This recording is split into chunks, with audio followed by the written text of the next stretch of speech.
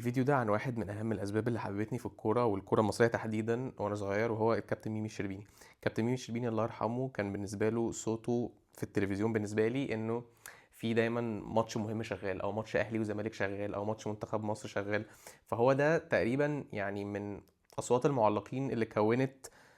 فكري عن صوت المعلق المفروض يبقى عامل ازاي في الماتش، لدرجه ان انا لما كنت مثلا بتخيل ان انا بلعب كوره، او ان انا بلعب كوره، او ساعات لما تتخيل انت وانت طفل بقى بتجيب جون وكده والمعلق بيقول عليك ايه، كنت بتخيله بصوت ميمي الشربيني. او مثلا وانا بلعب في المدرسه واجيب جون اقعد اقلد التعليق على الجون بصوت ميمي الشربيني. وعمري ما انسى ابدا تعليقه بالذات مثلا على ماتش مصر والجزائر 2-0 هنا في القاهره، او مثلا ماتش مصر والجزائر بتاع 5-2، وماتش الاهلي والزمالك زمان بتاع 3-1 اللي هو الزمالك كسب فيه الاهلي 3-1. يعني كان دايما كده بيدي جو للماتش وطعم مميز للماتش بصوته بس من غير اي حاجه، اللي هو لما بيتكلم كده مع صوت الجماهير بقى زمان، لما كان في كوره كده عادله في مصر وفي ماتشات حماسيه كده مع صوت الجماهير وصوت الكابتن ميمي الشربيني وكده، تحس صوته لوحده كان بيدخلك في مود الماتش، او صوته لوحده كان بيدخلك في اجواء الماتش على طول. قولوا لي في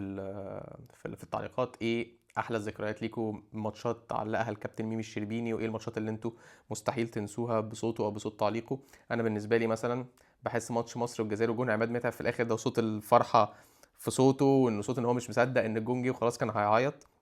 بتاع 2-0 ده كانت احلى ذكرى بالنسبه لي.